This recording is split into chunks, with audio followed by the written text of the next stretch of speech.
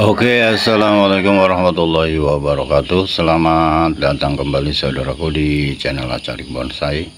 Mudah-mudahan kita selalu diberi kesehatan, selalu diberi kesuksesan, dan selalu diberikan rezeki yang berlimpah. Amin ya rabbal alamin. Kalau sudah melihat tunas panjang seperti ini, harus segera kita lakukan sayat tapis ya. Kenapa kita harus segera melakukan sayat tapis? Karena kalau kita lambat, ini udah termasuk lambat ya, walaupun baru sedikit ya.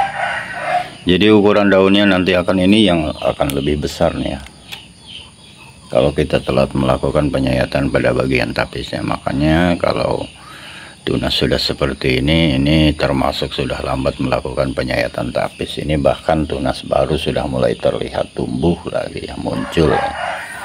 Jadi harusnya tunas yang kedua dari tunas ini ya, ini daun yang kedua dari tunas ini sudah kita lakukan penyayatan ya. Jadi dia sudah mekar ya, mekar seperti ini harusnya nih. Ini termasuk lambat walaupun sedikit ya, tidak apa-apa, karena memang kesibukan dan juga merawat bahan yang lain ya. Makanya ini agak terlambat sedikit. Untuk menjaga keseimbangan dan untuk menjaga ukuran daun tetap sama ya, tidak kembali membesar seperti awal-awal. Nah ini kan masih panjang, ini sudah mulai kerdil nih. Nah ini bisa-bisa nanti panjang lagi kalau kita telat melakukan penyayatan tapisnya ya. Makanya pada kesempatan ini saya akan melakukan penyayatan tapis pada bahan bonsai kelapa ini walaupun terlambat sedikit. Namun sebelumnya saya ingatkan kembali bagi saudaraku yang baru menemukan channel Acarik Bonsai, saya mohon dukungannya dengan cara like, comment, share, dan subscribe. Dan jangan lupa aktifkan lonceng notifikasinya. Selamat menyaksikan.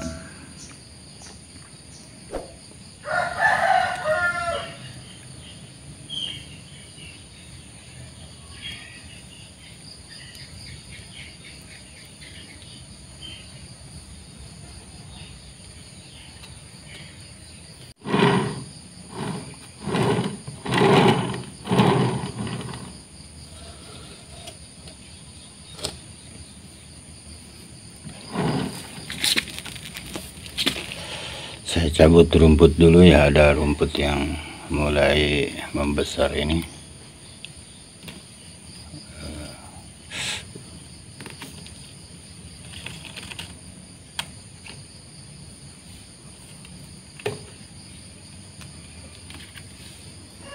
Telunjuk saya agak bengkak, ini kurang bisa berfungsi ya, jadi kaku.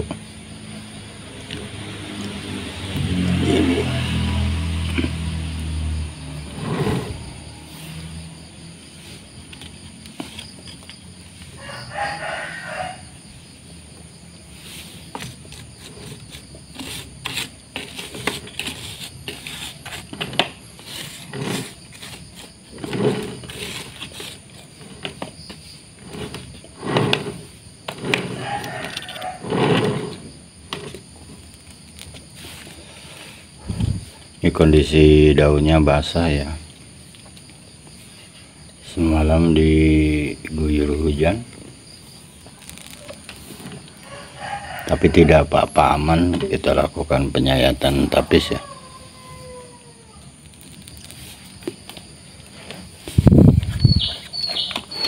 Oke, saya coba saya menggunakan pen cutter untuk melakukan sayat tapis. Sebelum saya melakukan sayat tapis, saya akan menyayat pelepah bagian pangkal ini lebih dalam ya, agar si daun yang berapa ini yang keempat dari tunas, 1, 2, 3, 4 ya, keempat dari tunas ini mekar ya.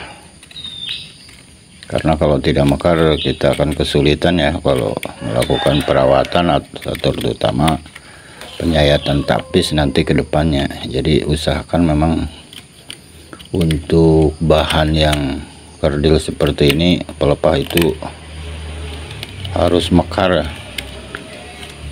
Kalau tidak mekar sempit ya, kita lakukan penyayatannya nanti sempit. Ini termasuk agak sulit karena posisi pelepahnya yang masih muda ini belum mekar ya, masih agak ke atas ya, jadi menutupi bagian tapis dan bagian tunas. Jadi usahakan memang harus mekar ya.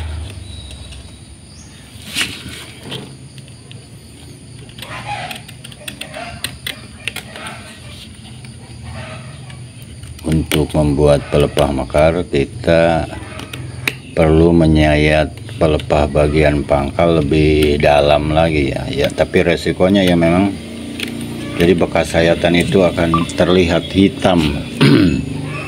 Kurang bagus. Tapi ya itulah kekurangannya kalau kita membuat bonsai kelapa dengan ukuran lumayan kerdil. Mau tidak mau pelepah itu harus mekar, dan resikonya bagian pangkal pelepah itu bekas sayatan itu akan terlihat hitam karena kita menyayat bagian pelepah lebih dalam lagi. Dan perawatannya pun lumayan agak sulit ya, karena jarak antara pelepah ke pelepah itu sangat dekat, sangat rapat.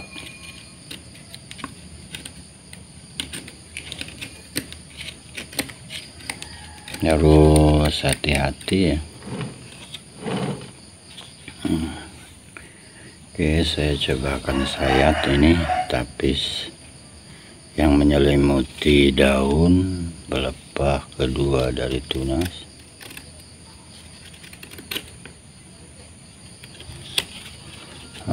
Aduh, telunjuk sayanya ini bengkak nih, agak susah untuk megang ya.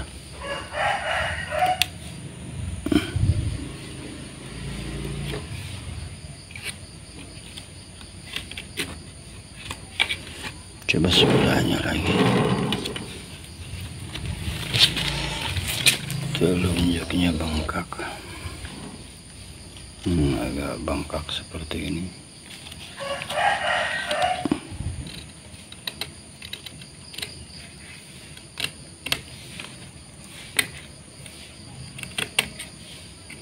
Ini kalau tidak hati-hati sering terjadi patah tunas ya.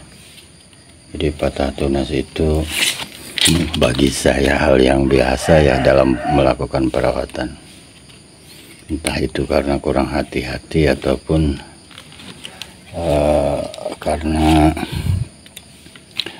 hal lain ya, seperti senggolan dari binatang, ataupun kalau ini kan saya simpan di tempat yang terbuka, terkadang apa ya, ada ranting kering yang jatuh dan menimpa bagian tunas. Ini tapis yang saya harus habiskan ya. Kalau tidak dihabiskan sampai ke pangkal seperti ini, pelepah tidak akan mekar. Bisa dilihat nih, ini kondisi si bagian pangkal pelepah ini sangat muda ya, masih berwarna putih. Ini rawan sekali patah. Jadi kalau ada sentuhan ataupun senggolan dari luar, baik itu ketika kita melakukan perawatan ataupun nanti ketika kita simpan, entah itu binatang ataupun ranting kayu yang jatuh, ini akan patah ya.